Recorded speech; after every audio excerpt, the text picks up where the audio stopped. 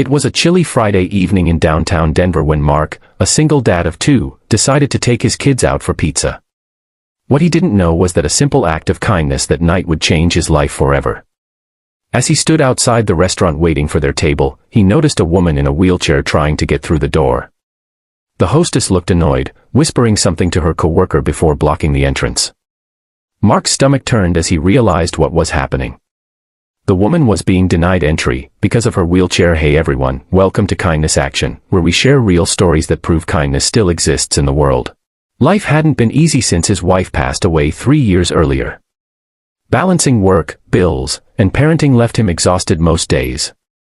But through it all, he reminded his children, we can't control how people treat us, but we can always choose to be kind. So when he saw that woman, clearly embarrassed, trying to hide her frustration, something inside him snapped. "Excuse me," he said, stepping forward. "Is there a problem here?"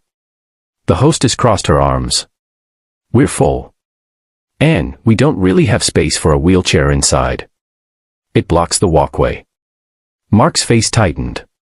"You're telling me you're turning her away because of her wheelchair?" The hostess shrugged.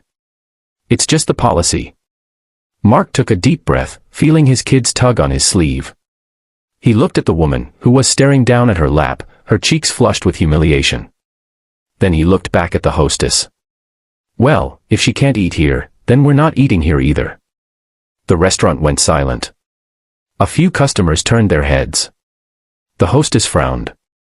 "Sir, you don't have to make a scene." Mark shook his head. If treating people with dignity is a scene, then maybe it's one this place needs. He turned to the woman in the wheelchair and smiled softly.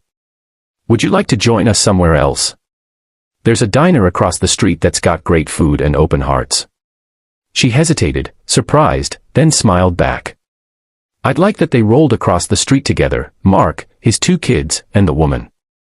The diner owner, an older man with a kind face, held the door open and cleared a table right by the window. Within minutes, they were laughing over burgers and fries. The woman introduced herself as Sarah. She was warm, sharp, and had a spark that lit up the room.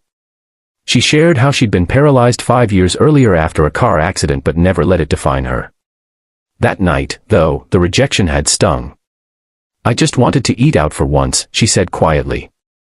"You'd be surprised how many places turn me away." Mark's daughter, Emma, leaned in and said, "Well, you can eat with us anytime." Sarah's eyes softened. "Thank you, sweetheart.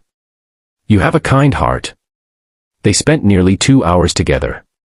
Sarah told stories that made the kids giggle, and Mark found himself forgetting the heaviness that usually followed him. When it was time to leave, Sarah insisted on paying. Mark chuckled, "No way.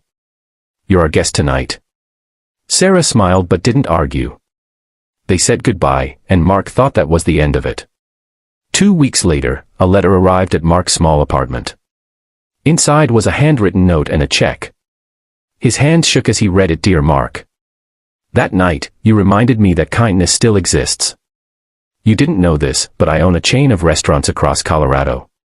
The place we visited that night, the one that turned me away, used to be one of mine. Not anymore. I've decided to sell it and donate the profits to help make restaurants across the state more accessible. But there's something else. I'd like to offer you a job managing one of my new locations. It's flexible, family-friendly, and comes with full benefits. Consider it a thank you for standing up for what's right.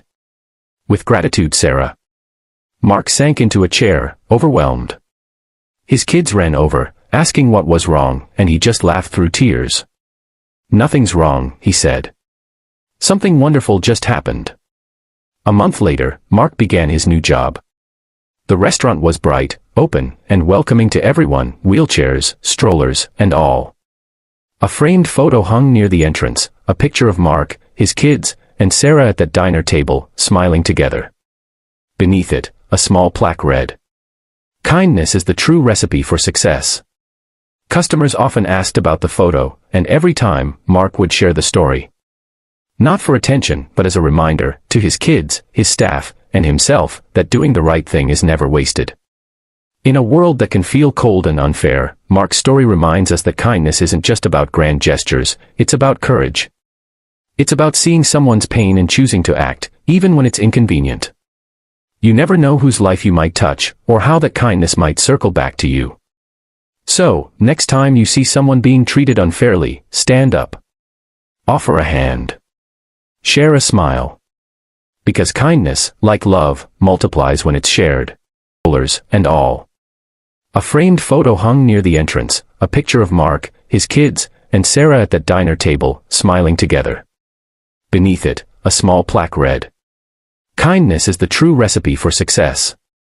Customers often asked about the photo, and every time, Mark would share the story. Not for attention, but as a reminder, to his kids, his staff, and himself, that doing the right thing is never wasted. In a world that can feel cold and unfair, Mark's story reminds us that kindness isn't just about grand gestures, it's about courage. It's about seeing someone's pain and choosing to act, even when it's inconvenient. You never know whose life you might touch, or how that kindness might circle back to you. So, next time you see someone being treated unfairly, stand up.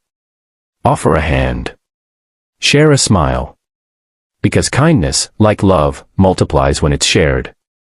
If this story touched your heart, don't forget to like, subscribe, and share it with someone who needs a reminder that good people still exist.